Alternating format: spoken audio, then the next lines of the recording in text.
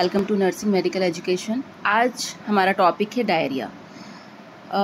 तो diarrhoea is a very important topic on MSN post basic BSc nursing और all BSc nursing या GNM nursing, सभी में ये टॉपिक बहुत ही इंपॉर्टेंट है और क्वेश्चन इसमें आता ही है। सो क्या है diarrhoea? Introduction. Diarrhoea is a defined as passage of unusually loose or watery stools usually at least 3 times in a 24 hours period। ये WHO के हिसाब से इन्होंने डेफिनेशन दिया है कि दिन में 3 टाइम लूज और watery stool usually at least 3 times कहा है इन्होंने 24 आवर्स में, तो हम इसे डायरिया कंसिडर करेंगे। For adult stool weight greater than 200 gram per day can generally be considered diarrhoeal. So ये एडल्ट के लिए है कि 200 ग्राम पर जो डे है can generally be considered diarrhoeal. passage of even one large watery stool in young child is diarrhea। सो जो young जो चाइल्ड है उसमें इवन वन लार्ज वाटरी मतलब ज़्यादा देर तक एक ही बार यदि स्टूल हुआ है और वो बहुत लार्ज है, ज़्यादा है, तो उसको भी हम मान सकते हैं कि it is a diarrhoea. Frequent passage of normal stool is no diarrhoea. जो नॉर्मल स्टूल है वो हम उससे कंसिडर नहीं करेंगे कि ये डायरिया में है। सो types and causes based on clinical syndrome. So types इसके हैं डायरिया के 3 टाइप्स हम इसमें डिवाइड कर सकते हैं, watery, dysentery and persistent. So watery जो होता है वो जो रोटा वायरस, ई कोलाई और कोलेरा, ये बैक्टीरिया से होगा। रोटा वायरस, ई कोलाई और कोलेरा से होगा जो वाटरी स्टूल डायरिया होगा। और जो डिसेंट्री होगा वो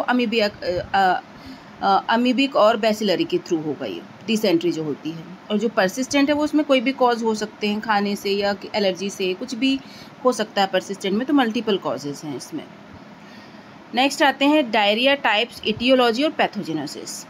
तो जो एक्यूट होता है वो अप टू 1 to 2 वीक्स रह सकता है। ये कैसे? Food poisoning due to microbes और नॉट, माइक्रोब से हो सकता है या खाने से हो सकता है। बैक्टीरियल इन्फेक्शन, बैक्टीरिया मैंने बताया था अभी, ई कोलाई, सिगेला, साल्मोनेला और कैम्पाइलोबैक्टर, यर्सीनिया, ये सारे जो बैक्टीरिया इनसे हो सकता है। वायरल में रोटा वायरस है। और प्रोटोजोआ इन्फेक्शन में एंटमीबा, गिडिया लैम्बिला, सो ये प्रोटोजोअनी इन्फेक्शन है। ड्रग्स से किस ड्रग से हो सकता है? एंटीबायोटिक से हो सकता है। लैक्सेटिव, ज़्यादा लैक्सेटिव आपने ले लिया है तो भी हो सकता है। एंटासिड से हो सकता है। और preparation with AU, quinidine, cardiac glycosides, इनसे हो सकता है। ऑस्मोटिक डायरिया कैसे होगा? ऑस्मोटिक लैक्सेटिव एंड लैक्टोज से। Secretory diarrhoea bacterial toxins, hormones, fatty and bile acid laxative से होगा। Inflammatory diarrhoea, infections, inflammatory bowel disease, सिलिसिया लिम्फोमा। और hyper motoric diarrhoea irritated bowel syndrome से ये हो सकता है। तो ये टाइप्स हैं और एटियोलॉजी है कि कैसे डायरिया हो सकता है। कभी बैक्टीरिया से, प्रोटोजोआ से, फूड पॉइजनिंग से, ऑस्मोटिक डायरिया हो सकता है, सिक्रेटरी डायरिया, के सारे डायरिया के टाइप्स हैं। अब ट्रांसमिशन कैसे होगा? Most of the diarrhoeal agent are transmitted by the faecal oral route. ज़्यादातर ये कैसे होता है? फीकल ओरल रूट से होता है।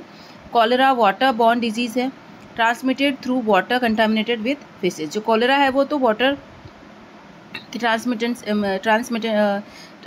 से हुई हो पाएगा। ये जो फेसेस है या हम कोई व्यक्ति है जिससे ये है और उसने स्टूल पास करके आया, अच्छे से हैंड वॉश नहीं किया, तो वो ये कर सकता है, ट्रांसमिट कर सकता है। Some virus such as rota virus can be transmitted through air. कुछ वायरस है जो एयर से भी ट्रांसमिट हो सकते हैं। Nosocomial transmission is possible. Nosocomial मतलब जैसे कि जिसको हम हॉस्पिटल एक्वायर्ड भी बोल सकते हैं, या पेशेंट एडमिट है और उसके जो आसपास का वातावरण है उसकी वजह से भी हो सकता है।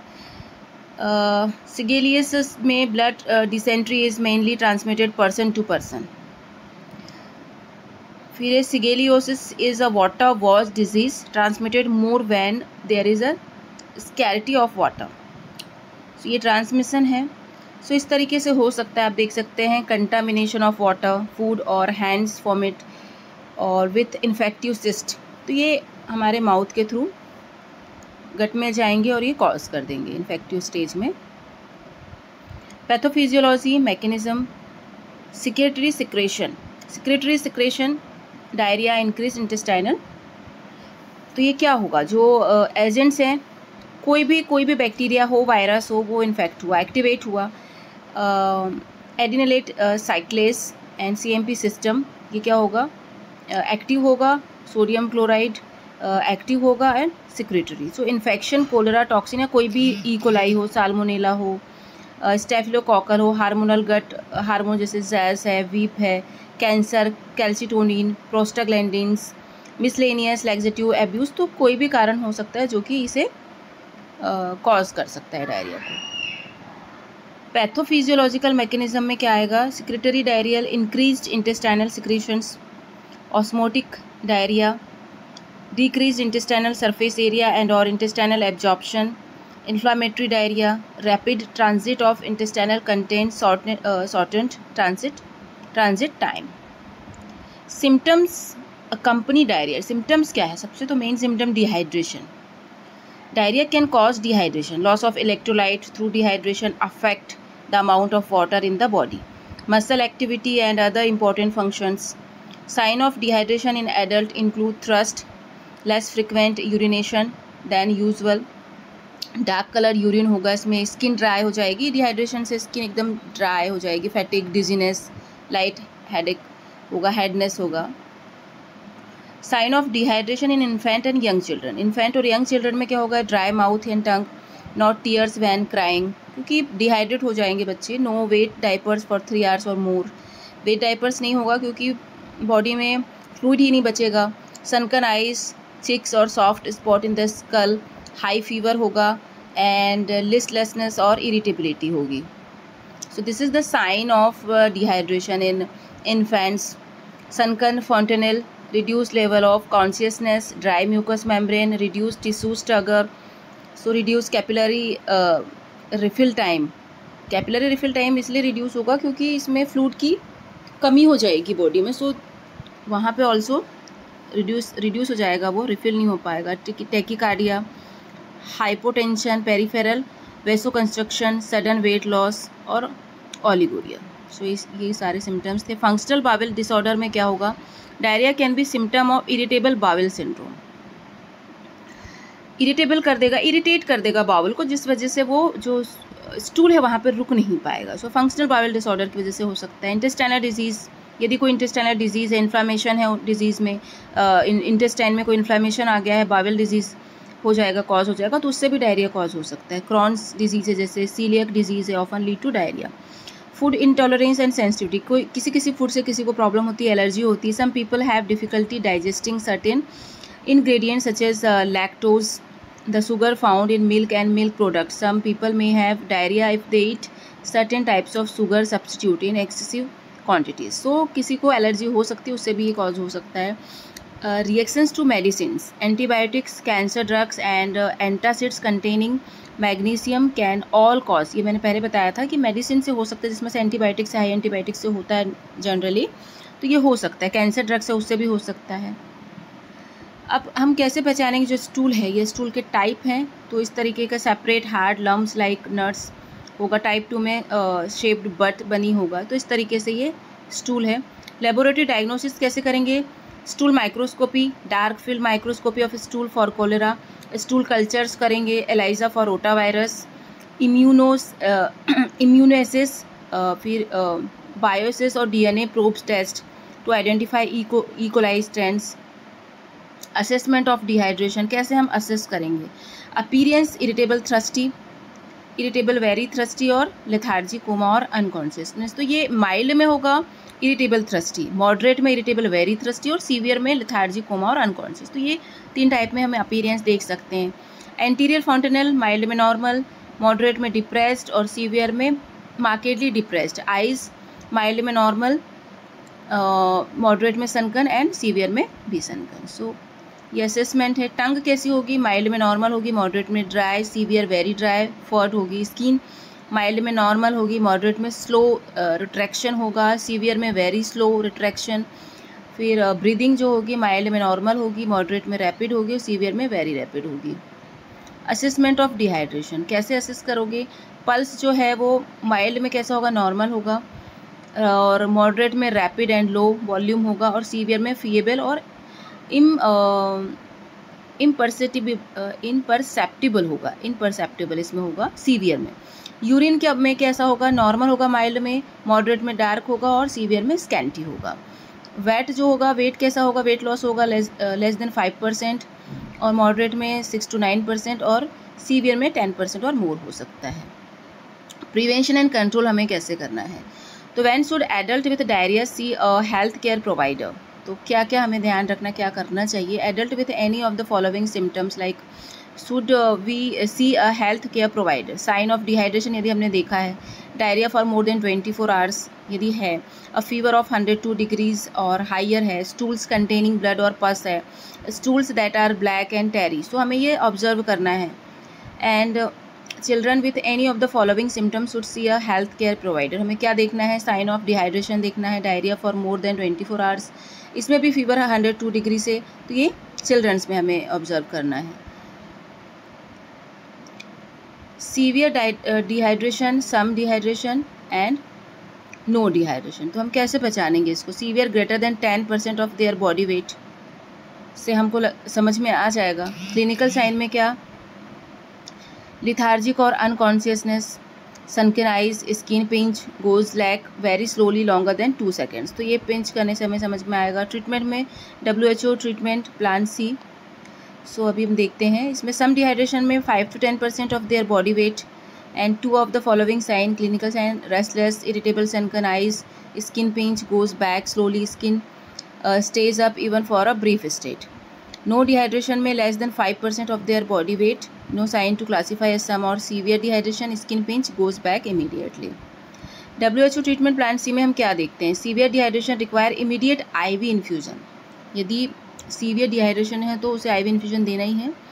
नेसोगैस्ट्रिक और oral fluid replacement according to WHO treatment guidelines, तो गिव 100 ml पर kg IV फ्लूइड्स हमें देना है, वेट के अकॉर्डिंग देना है। इन्फेंट में 100 ml पर kg in 6 hours and 30 ml पर kg फर्स्ट आवर, 70 ml पर kg नेक्स्ट 5 hours, तो इसके अकॉर्डिंग हमें फ्लूइड देना है। ओल्डर में जो है वो 100 ml पर kg इन 3 hours, फर्स्ट 30 minutes और नेक्स्ट देना है 2.5 hours में देना है। Ringers lactate solution is the preferred commonly available solution, तो रिंगर लैक्टेट हम देते हैं जब डिहाइड्रेशन की कंडीशन होती है। IV if IV infusion is not possible, urgent refer to the hospital for IV treatment is recommended, हमें IV इन्फ्यूजन देना ही है। When referral takes more than 30 minutes, fluid should be given by nasogastric tube. If none of these are possible and the child can drink, ORS must be given by mouth. WHO treatment plan B क्या है, इसमें सम dehydration है यदि कम है, the approximate amount of ORS, यदि कम है, ज़्यादा dehydration नहीं है तो हमें ORS प्रोवाइड करना है पेशेंट को। और कैसे देना है, 75 ml पर kg ड्यूरिंग फर्स्ट आवर, पहले घंटे में हमें 75 ml पर kg। The mother slowly gives the recommended amount of ORS by spoonfuls और सिप्स, तो थोड़ा थोड़ा अमाउंट में देना है स्पून से। आफ्टर 4 hours, पहले आवर्स में थोड़ा थोड़ा देना है, फिर 4 घंटे आफ्टर 4 hours मतलब 4 घंटे बाद the child is reassessed and reclassified for dehydration and feeding should begin, so feeding आप दे सकते हैं। If dehydration persist the same amount of ORS में be repeated for another 4 hours, तो यदि फिर से डिहाइड्रेशन हो रहा है तो हम फिर से ORS इसे दे सकते। If the child is breast feeding should continue आप कर सकते हैं। WHO treatment plan A focuses on the 3 rules of home treatment. Home treatment में हम क्या देंगे, गिव एक्स्ट्रा फ्लूइड दे सकते हैं, फिर क्या देंगे हम, continue feeding and advise the care taker when to return to the health facility. If the child develops blood in the stool, drinks poorly, becomes sicker और is not better in 48 hours, उसे तुरंत ही hospital में admit करा देना चाहिए।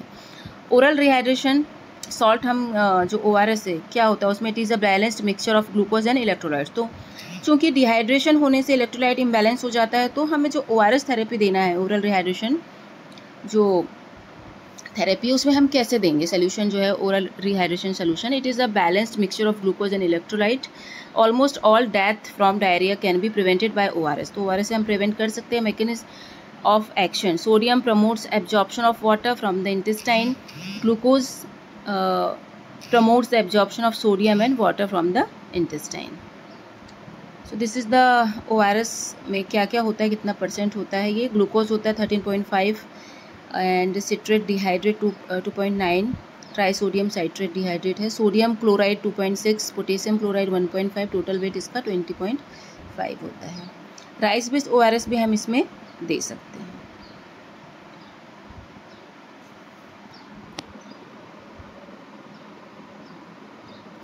Zinc therapy हम इसमें दे सकते हैं। Zinc is very important, 10 mg per day orally for 14 days in children less than 6 months of age, 20 mg per day orally for 14 days in children.